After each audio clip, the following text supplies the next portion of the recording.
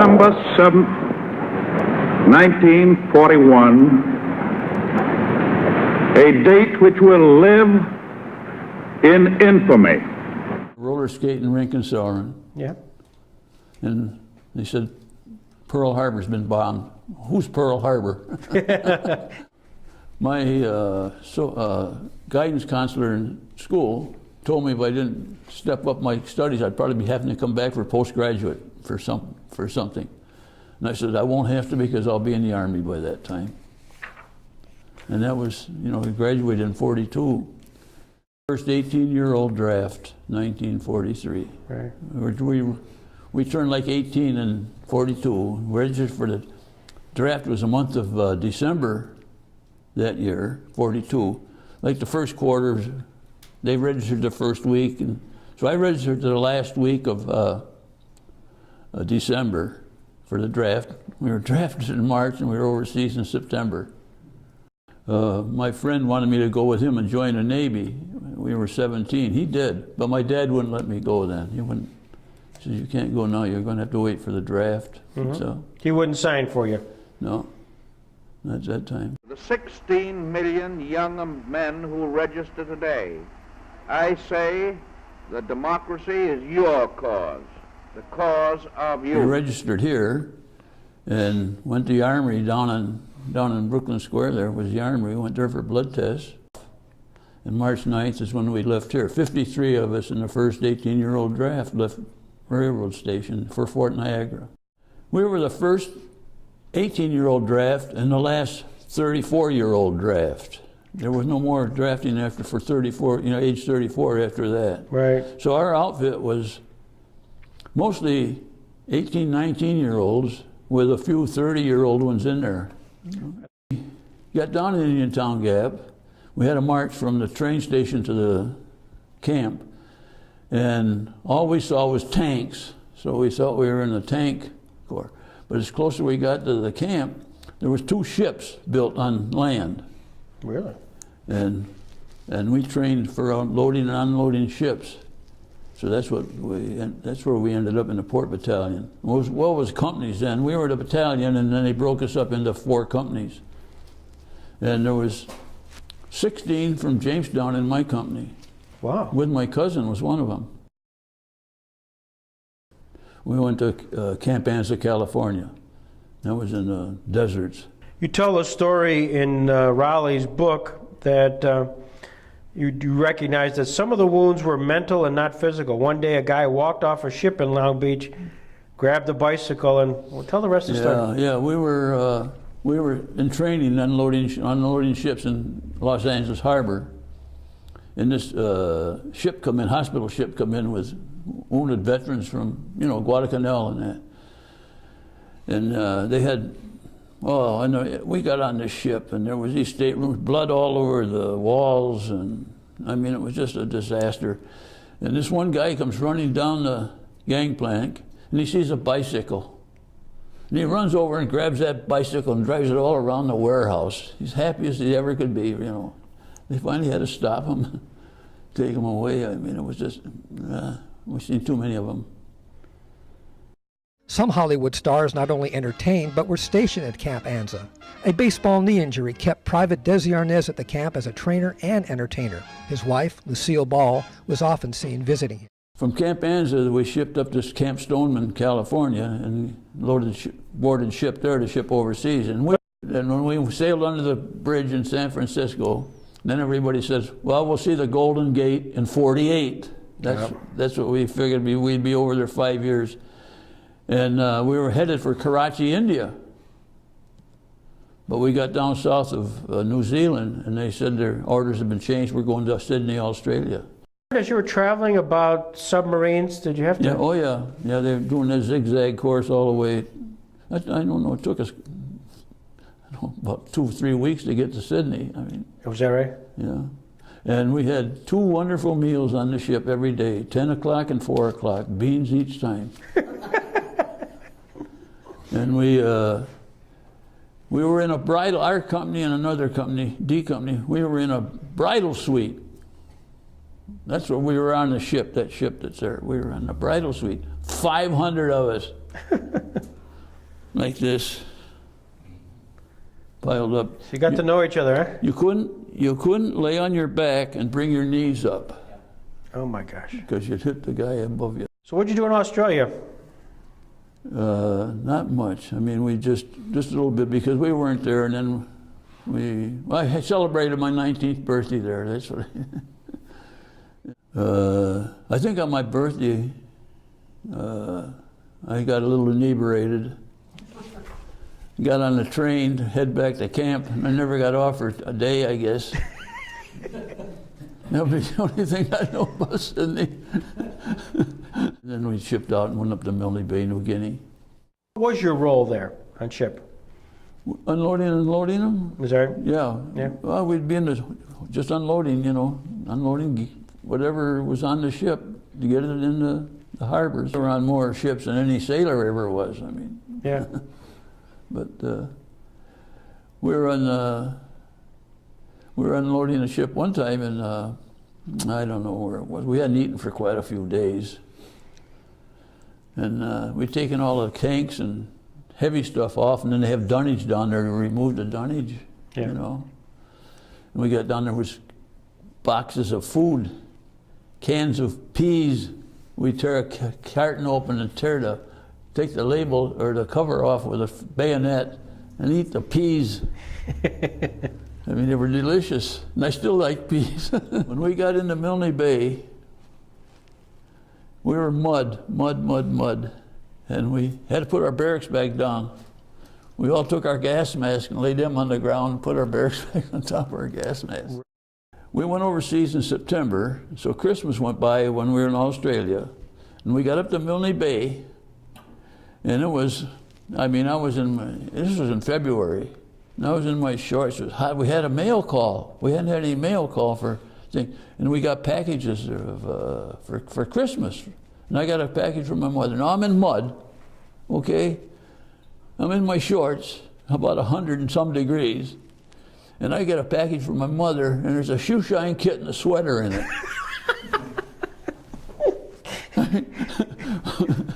What more do you want, We were in Milne Bay and Finchhaven, New Guinea. And then after that, we shipped out of there, went to Cape Gloucester, New Britain. That was the second one. That was the same way. It was just jungle and natives and. You'd get visits from Japanese bombers, wouldn't you? Oh yeah. It's 2 or 3 o'clock every morning. We had a Piss Call Charlie. Piss Call Charlie. Just a reminder that they're there, huh? Right. And was the whole idea at that time just to disrupt sleep? I mean. Oh yeah. You could depend on it, and it got so that you'd hear three of anything, 3 bangs, bang, bang, bang. You'd head for cover. And somebody get up during the night or something, they go to the latrine, they'd slap down 3 covers, Geez, everybody would get out of bed, run all over the place. And there was nothing going on, Wasn't it there that that whole Van Dyke Underwood story came to be? Right, in Finchhaven. That's where that come. We were loading the 1st Cavalry. They were going to invade the Admiralties. And Dick Raymond, friend of mine, he hollered, "Hey, Swede!" And that was Swede in the Army. And come down here, I want you to meet Van Dyke Underwood. And I went down, I met him, He graduated with Dick from high school. And he was shot 3 days later in the Admiralties. And then that Roland Swanson, he was in the Seabees, and he mentioned him in the same book that he saw his grave marker in the Admiralties. And right now, his grave is about 5 or 6 away from my in-laws' grave up in Sunset, up in Lakeview. Of course, a typical American fashion, we always had to be supplied with beer, the mother's milk of military. One day when the beer ship came up from Australia, we went out to unload it. And then you found crew members. Tell that story. Well, we were unloading the beer, and we'd get 2 pallet loads of it. And they go on a truck, and the quartermaster corps they'd take the truck away. So I went down, I was with one of the drivers, and I says, I'll just go with you in the truck, and we'll take a pallet load of my outfit and a pallet load of your outfit. He says, that's fine, sounds fine with me. So we did that. And then, well, the ship was unloaded, and commanding officer of the port come to our company and told us, he said, that we had a shipload of beer come in here for this area, and we expected to lose 1,000 cases. He says, but 10,000 is too many. That was the end of that. Did your mother and dad know what was going on with you? I mean, did they were able to follow the... Well, my cousin was in the same outfit. He got a letter one time from his mother and says, is Bob still with you? His mother hadn't had a letter for a while. So I had to write a letter right then. And then you got orders to go from there to the Philippines? Yeah, we had for the invasion of Luzon. We went through the Admiralties first, we went there, and then we loaded on the ships, and 800 ships, I think it was, in the convoy. And they thought the way they were going, they thought we were going to go to Formosa, but they turned and went down south to the Indian Gulf. Well, the worst thing I saw was the next morning they come in from a Navy ship. They come in with an orange crate. Some Japanese had gone up an anchor chain and blew himself up. And they brought in this orange crate, dug a hole, buried it, and put up his cross with 5 sailors' names on it. I mean, that was something, right there. In Luzon, they couldn't get all the way to shore. We had to go in the water to the ship, or to the barge. And we were unloading barge loads of 50-gallon drums of gasoline and that. And they'd dump them off, and we'd have 2 guys that'd have to pull them in the tide up on shore to roll them up on shore. I was on guard. I was for relief. And I was walking with the sergeant of the guard to the post I was going to have. And we were probably from here to the end of the wall down there from the guard position. And this Jeep pulls in there. And it's the exit gate.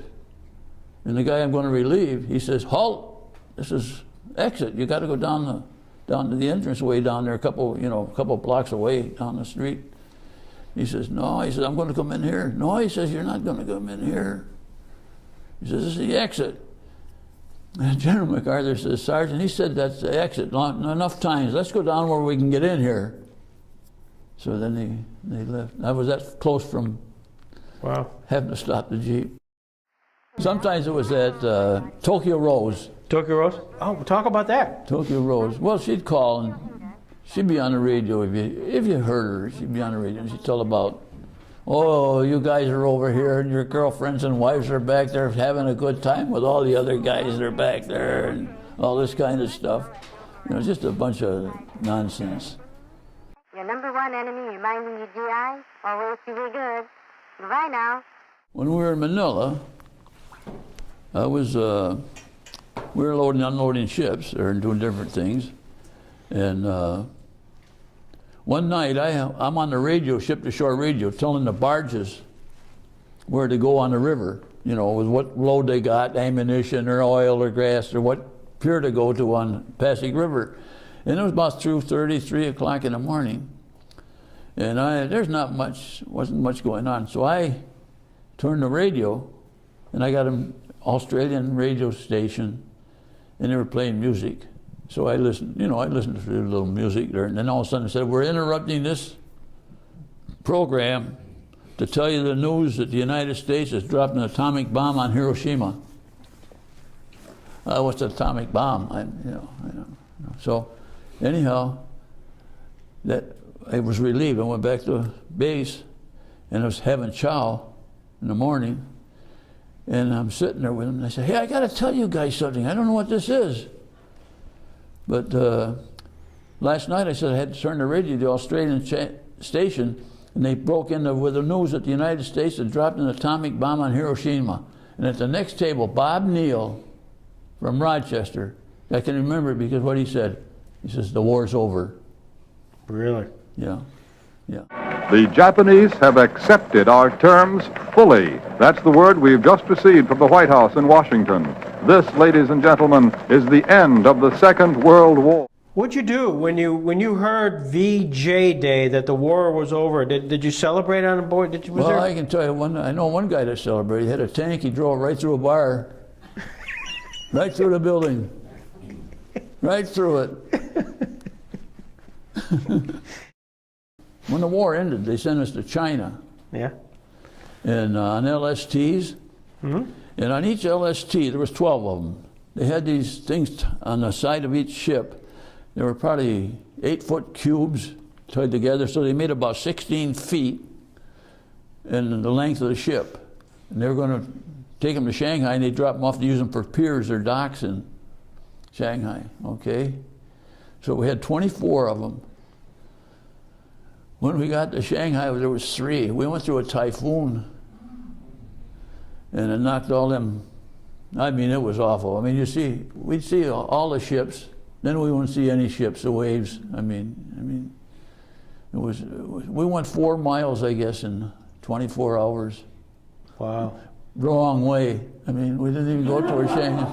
We didn't even go towards Shanghai. And when we got into the Yangtze River, it was getting dark. So they said, tie anchor here. So all the ships anchored there, you know. And we were on the ship, on the LST, that was the captain of the Navy, the highest ranking officer. We were on the flagship, you might say. Well, come morning, they couldn't get the anchor up on our ship, on our LST. I say ship, it was just a, you know. And they couldn't get the anchor up, so all the other, they're circling around, because this guy's going to lead the, you know, he's a flag, he's going to lead it up. Well, finally, they said, well, start up the river. And at the time they said start up the river, the first one went, our anchor come up, and we got behind that one. And that first one hit a mine. Oh, no kidding. Yeah. But nobody was hurt. 2 sailors were thrown into the river, but they were all right. But that happened. Well, I had written on here every place we went, and I got all of them that you got in the book there. It's Australia, New Guinea, New Britain, Admiralty Islands, Luzon, Manila, Samar, Leyte, Okinawa, China. And then that was the end. We're home then. Lingayen Gulf, January 9th, 1945. In this little box here, was the ribbons we got. Our dog tags, my dog tags, and the ribbons we got. This one was a Pacific ribbon with our 4 battle zones and our arrowhead for an invasion. And a good conduct medal and victory medal and different things. But I had them. And then 40 years later, we got the real medals. And they come in these boxes here. That was a Pacific campaign one there. Mm-hmm. Wow. And it's got the 3 bronze stars for our where we were, you know, operations, and then the arrowhead for invasion. Got no pillowcase from Indiantown Gap. There we go. Yeah, let's see that. U.S. Army, Indiantown Gap. We come home, and Joe and I, we got a bus up in Westfield to Jamestown, and we got off on the corner of 4th and Washington Street. Right. And he went out Washington Street. I went down the street to get the bus to Selwyn. My mother and sister are on the bus. Oh, you're kidding. Yeah. They didn't know? No, they didn't know. Oh, what a reunion. Yeah. And we got into Selwyn. I walked right by my brother, didn't even know him. Because he'd grown. You know, I had 3 birthdays overseas. Yeah. 19th, 20th, and 21st.